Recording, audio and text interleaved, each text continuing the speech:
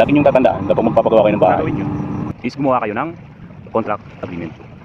Ang sunod, natitingnan mo naman ngayon sa company profile niya, yung mga nagawa niya. Ibig sabihin, makikita mo doon kung ilang project na ba natapos.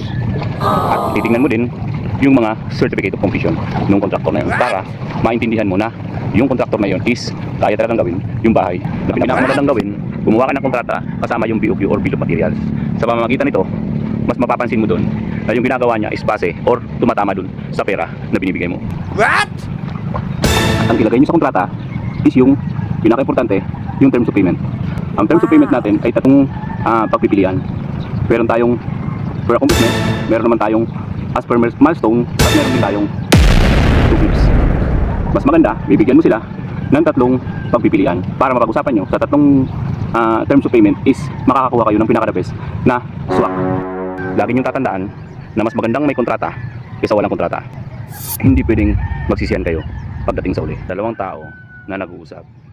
Ito ang magiging basehan ng pag-uusap kapag may dispute or may hindi pagkakaintindihan. At isa pa sa pinaka-importante is yung huwag nyong madaliin ang kontrata. Ibig sabihin, bigyan nyo ito ng oras bago kayo magsimula. Alam natin na excited ka magpagawa ng bahay. Pero mas maganda, ayusin nyo muna yung kontrata kahit tumagal kayo sa kontrata. Kasi dito magbabase ang takbo ng proyekto mo. Mas maganda ang gawin nyo sa kontrata palagi. Kailangan nakadetalye, detalyado. May isa akong experience sa client. May client kasi ako dati na ang kontrata namin is painting.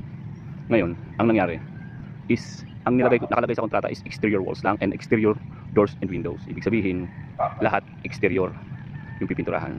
Ngayon, sinabi sa akin ng client na kailangan daw mapinturahan din yung loob na pintuan ng bahay, pati yung mga bintana. Doon kami nagkasalubong kasi base sa kontrata is exterior doors and windows.